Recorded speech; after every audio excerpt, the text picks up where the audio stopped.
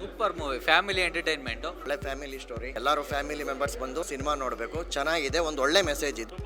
ತುಂಬಾ ಚೆನ್ನಾಗಿ ಮೂಡ್ ಬಂದಿದೆ. ಕನ್ನಡಿಗರಾದವರು ಎಲ್ಲರೂ ನೋಡ್ಬೇಕಾದಂತ ಸಿನಿಮಾ. ಒಳ್ಳೆ ಮೆಸೇಜ್ ಇರೋ ಮೂವಿ, ಕನ್ನಡಕ್ಕೆ ಒಳ್ಳೆ ಮೂವಿ ಮಾಡಿದ್ದಾರೆ. ಸೂಪರ್ ಇದೆ, ಸೂಪರ್ ಆಗಿದೆ ಮೂವಿ.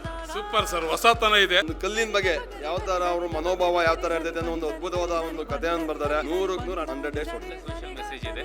ಸೂಪರ್ ಹಿಟ್ ಆಗಿದೆ. ತುಂಬಾ ಚೆನ್ನಾಗಿದೆ ಮೂವಿ. ಪ್ರತಿಯೊಬ್ಬರು ನೋಡ್ಬೋದು, ಫ್ಯಾಮಿಲಿ ಸಮೇತ ಬಂದು ನೋಡ್ಬೋದು. ಚೆನ್ನಾಗಿದೆ. ತುಂಬಾ ಚೆನ್ನಾಗಿದೆ ಸರ್. ವಿಕ್ಕಿ ವರುಣ್ ಹಾಗೂ ಇಡೀ ತಂಡಕ್ಕೆ ಒಳ್ಳೇದಾಗಲಿ. ಮಾರಲ್ ಆಫ್ ದಿ ಕಾಲಪತ್ತರ್ ಇಸ್ ಕಾಯಕವೇ ಕೈಲಾಸ, ವರ್ಕ್ ಇಸ್ ವರ್ಕ್ಶಿಪ್. ಇದು ಒಂದು ತತ್ವದಲ್ಲಿ ನಡೆದಿದೆ.